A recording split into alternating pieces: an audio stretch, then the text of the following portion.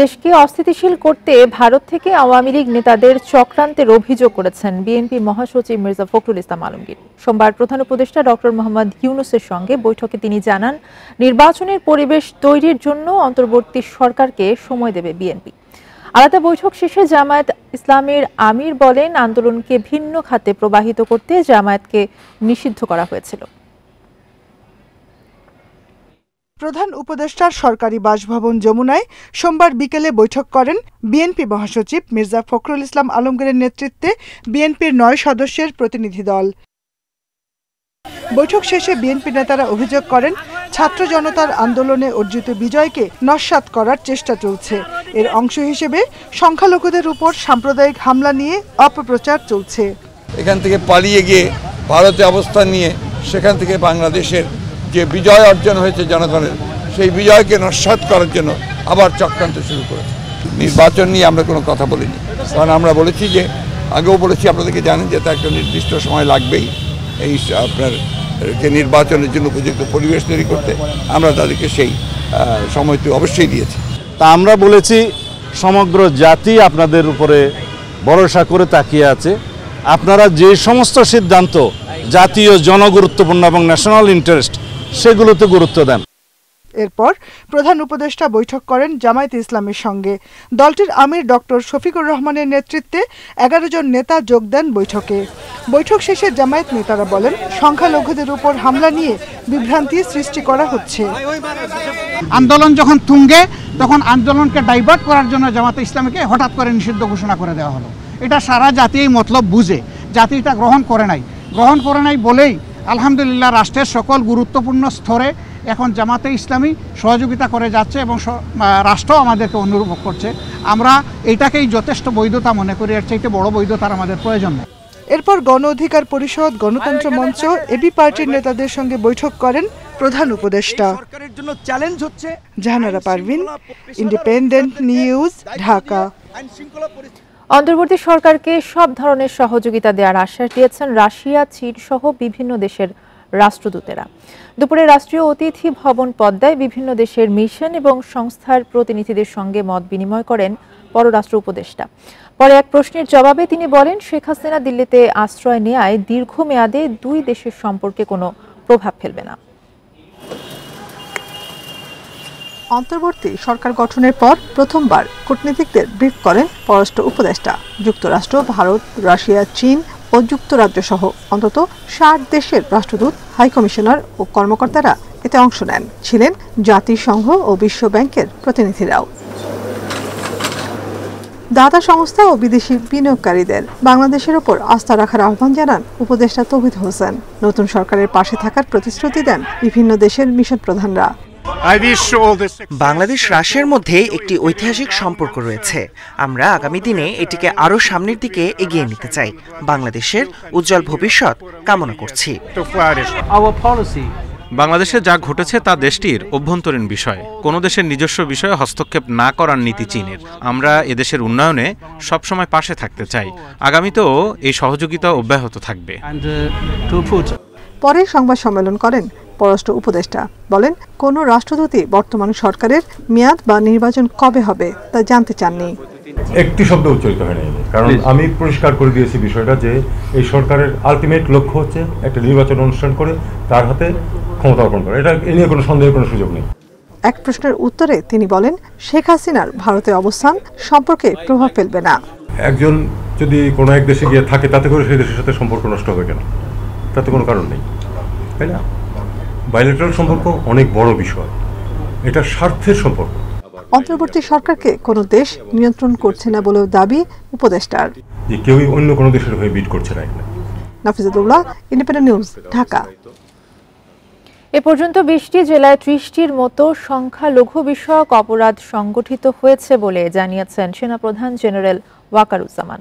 দুপুরে খুলনা আবু নাসের স্টেডিয়ামে সেনা সদস্যদের সাথে মত বিনিময় শেষে তিনি এ কথা জানান। এসব ঘটনার বেশিরভাগই লুটপাট, অগ্নিসংযোগ এবং রাজনৈতিক সংশ্লিষ্টতা রয়েছে বলে দলের নেতাদের শান্তিপূর্ণ কর্মসূচি পালন করতে বলেন সেনাপ্রধান। এই দেশ হবে সব ধর্মের মানুষের নিরাপদ স্থান, সে লক্ষ্যে সবাইকে মিলে কাজ করারও আহ্বান জানান তিনি। এছাড়া পুলিশ সদস্যরা স্বাভাবিক কার্যক্রম শুরু করলে সেনাবাহিনী ব্যারাকে ফিরে যাবে বলেও জানান সেনাপ্রধান জেনারেল ওয়াকারুজ্জামান। এর আগে খুলনা বিভাগীয় ও জেলা প্রশাসনের শীর্ষ কর্মকর্তাদের সঙ্গে সার্বিক বিষয়ে মত বিনিময় করেন তিনি। আমাদেরকে আরও ভালোভাবে কাজ করতে হবে এবং পুলিশকে আরও সংগঠিত করতে হবে, এবং তাহলে নিশ্চিত যে আমরা আবার একদম স্বাভাবিক অবস্থা আমরা ফেরত যাব। সেই দিকেই আমরা কাজ করে যাচ্ছি। খুব শীঘ্রই একেবারে পরিস্থিতি স্বাভাবিক হয়ে যাবে এবং পুলিশ ফোর্স যখন আবার সুন্দরভাবে তাদের কার্যক্রম শুরু করবে তখন আমরা সেনানিবাসে ফেরত যাব। আওয়ামী লীগের দল পুনর্গঠন করতে কোনো সমস্যা নেই, তবে বিশৃঙ্খলা করার চেষ্টা করলে পরিণতি ভালো হবে না বলে মন্তব্য করেছেন স্বরাষ্ট্র উপদেষ্টা এম সাখাওয়াত হোসেন। সকালে ঢাকা সেনানিবাসে সম্মিলিত সামরিক হাসপাতালে এই মন্তব্য করেন তিনি। বলেন, আওয়ামী লীগের অনেক অবদান আছে দেশের জন্য, তবে বিপ্লবের স্বপ্ন দেখলে হাজার হাজার মানুষের রক্ত ঝরবে। হত্যাকাণ্ডের সঙ্গে যুক্ত কাউকেই ছাড় দেওয়া হবে না বলে জানান স্বরাষ্ট্র উপদেষ্টা। এছাড়া আগামী 19 আগস্টের মধ্যে লুট হওয়া অস্ত্র থানায় জমা দেওয়ার নির্দেশ দিয়েছেন তিনি। জানান, এর মধ্যে অস্ত্র জমা না দিলে অস্ত্র উদ্ধার অভিযান শুরু হবে, তখন অস্ত্র পাওয়া গেলে কঠোর ব্যবস্থা নেওয়া হবে।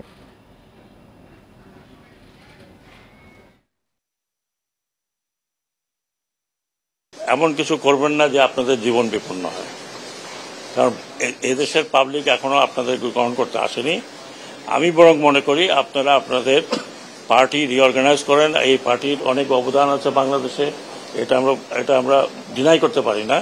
পার্টিকে রিঅর্গানাইজ করেন, পলিটিক্যাল পার্টির মতো যেভাবে থাকে, ইলেকশন আসলে ইলেকশন কন্টেস্ট করবেন, জনগণ ভোট দিলে ভোটে যাবেন।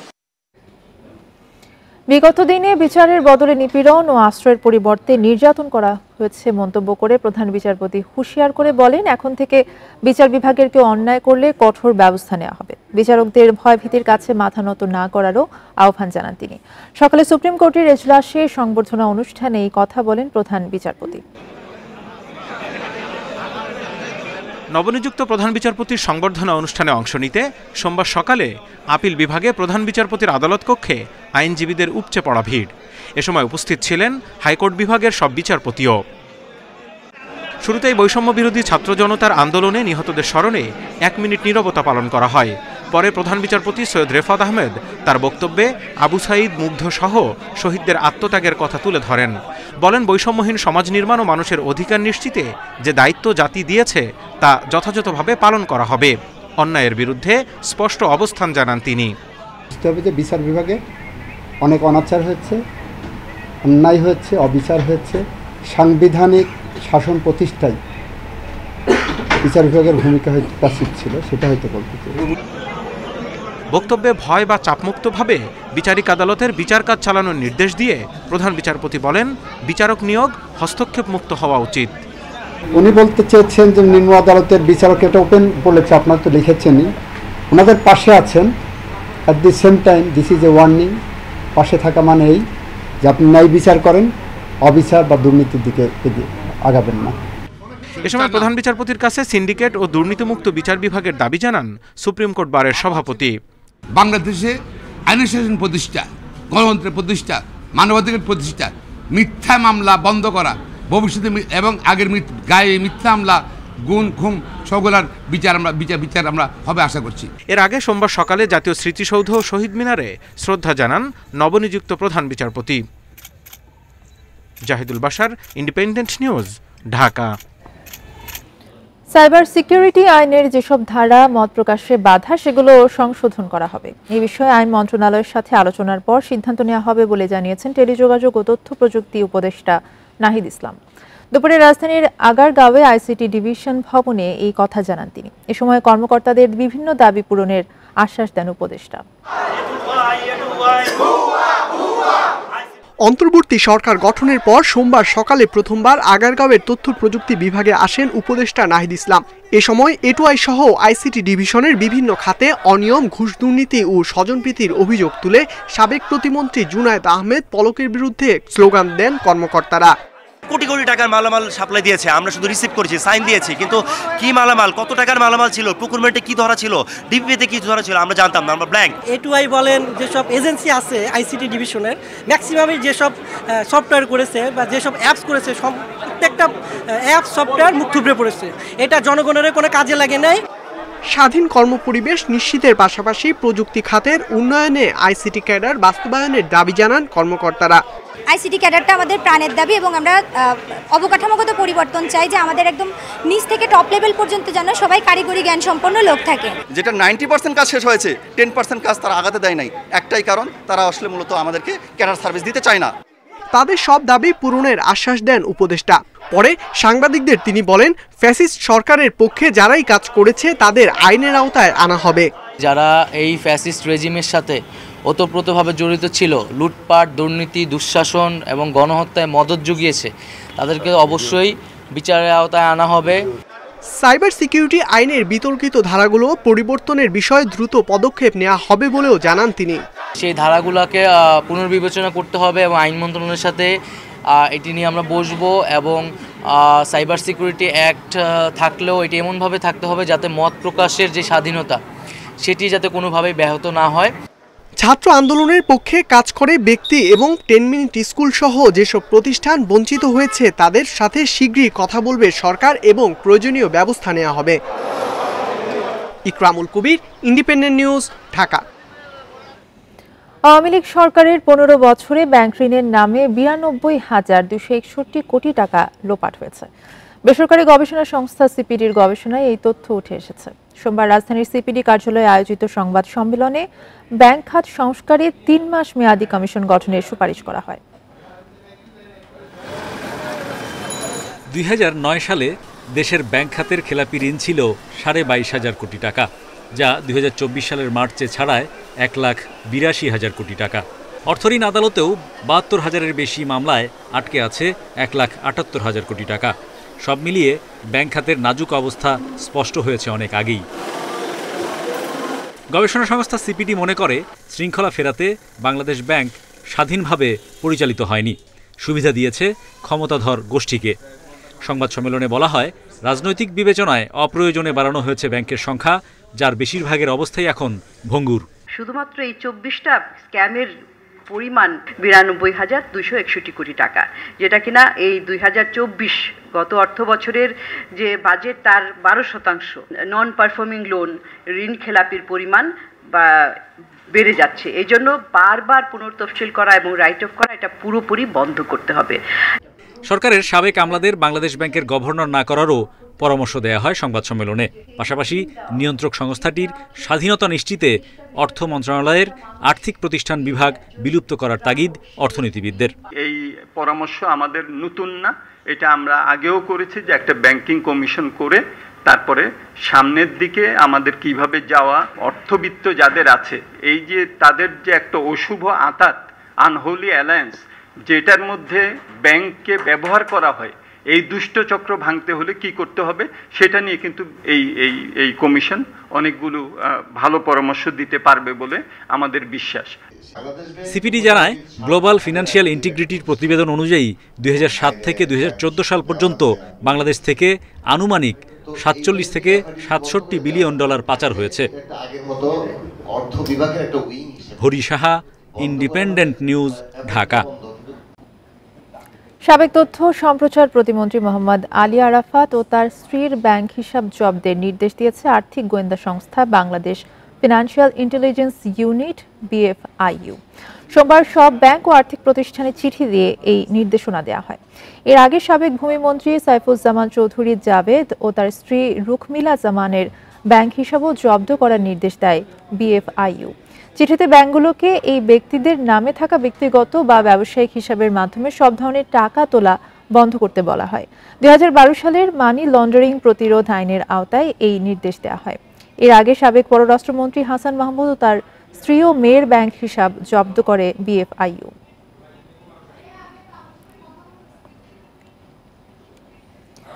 জুলাই মাসে খাদ্য মূল্যস্ফীতি 14% ছাড়িয়ে গেছে। এর আগের মাসে এই হার ছিল 10.42%। সোমবার বাংলাদেশ পরিসংখ্যান ব্যুরো BBS এর হালনাগাদ প্রতিবেদনে এই তথ্য জানা যায়। আগের মাসের চেয়ে গত জুলাই মাসে বেড়েছে সাধারণ মূল্যস্ফীতির হারও। বিবিএস এর প্রতিবেদনে বলা হয়, জুলাইয়ে দেশের গড় মূল্যস্ফীতি 11.66%, যা 12 বছরের মধ্যে সর্বোচ্চ। জুন মাসে যা ছিল 9.72%। জুলাই মাসে খাদ্য বহির্ভূত খাতে মূল্যস্ফীতি হয়েছে 9.68% হারে। জুলাইয়ের বেশ কিছুদিন বৈষম্য বিরোধী ছাত্র আন্দোলন দমনের জন্য দেশব্যাপী কারফিউ জারি করা হয়েছিল। এতে পণ্যের সরবরাহ ব্যবস্থায় ব্যাঘাত ঘটে, যার প্রভাবে বাড়ে নিত্যপণ্যের দাম।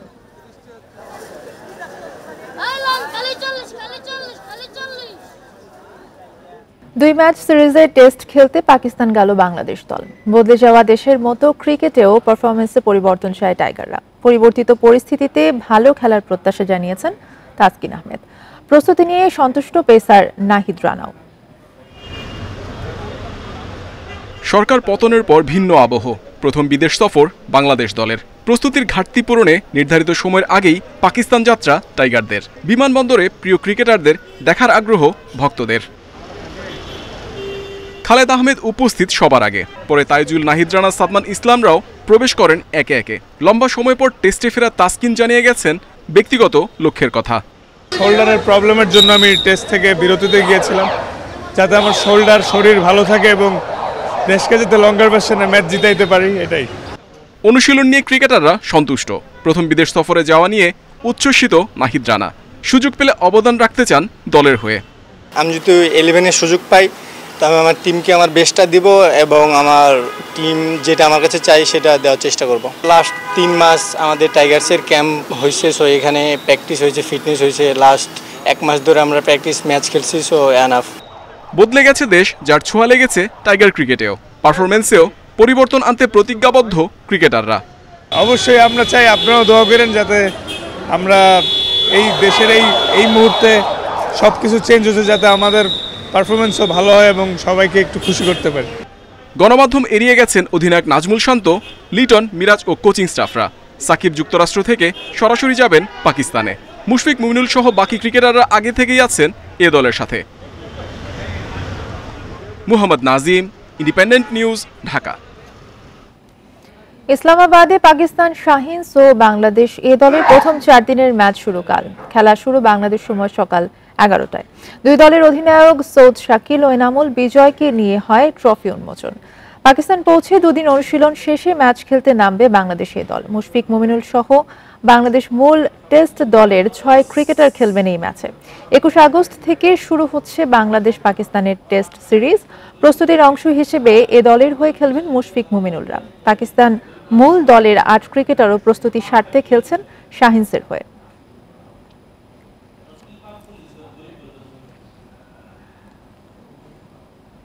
সংখ্যালঘু নির্যাতনের সঙ্গে জড়িতদের দ্রুত বিচারের দাবি জানিয়েছে সনাতন ধর্মাবলম্বীরা। 8 দাবিতে রাজধানীর শাহবাগ মোড় অবরোধ করে তারা। সোমবার টানা 4 দিন বিক্ষোভ কর্মসূচি পালন করল বাংলাদেশ হিন্দু জাগরণ মঞ্চ। এ সময় শাহবাগ হয়ে সব ধরনের যান চলাচল বন্ধ হয়ে যায়। মঞ্চের সমন্বয়করা অভিযোগ করেন, 5 আগস্ট থেকে হিন্দুদের বাড়িতে হামলা, লুটপাট ও মন্দির ভাঙচুর করা হয়েছে।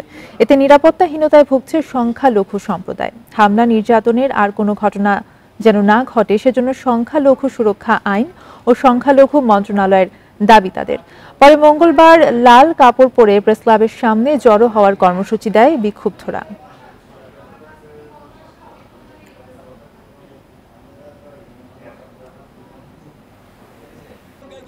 অনতিবিলম্বে সংখ্যালঘু সুরক্ষা আইন প্রণয়ন করতে হবে।